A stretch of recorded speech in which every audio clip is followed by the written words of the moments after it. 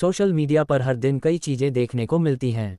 कभी लोग अजीबोगरीब डांस करते हैं जिसका वीडियो वायरल हो जाता है, तो कभी लोग अश्लील हरकत करते हुए अपना वीडियो अपलोड करते हैं और वह भी सोशल मीडिया पर वायरल हो जाता है। खैर, इनके अलावा कभी कभी कुछ मज़ेदार चीज़ें भी देखने को मिलती हैं जो इंसान का पूरा दिन मस्त कर देता है। ऐसा ही एक कंटेंट सोशल मीडिया पर अभी वायरल हो रहा है।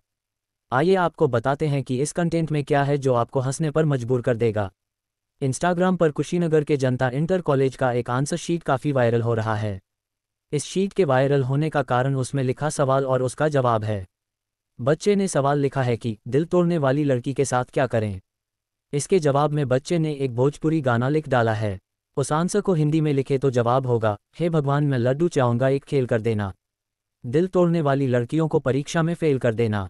आंसर शीट पर आप इसको भोजपुरी में लिखा हुआ पढ़ सकते हैं और वीडियो में ये गाना बजते हुए सुन भी सकते हैं। इस आंसर शीट पर सिर्फ इतना ही अजीब नहीं है, बल्कि नाम और विषय भी अजीब लिखा हुआ है। इसे पढ़कर आप समझ सकते हैं कि बच्चा काफ़ी मजाक के मूड में था और उसने इसी वजह से ऐसा लिखा है।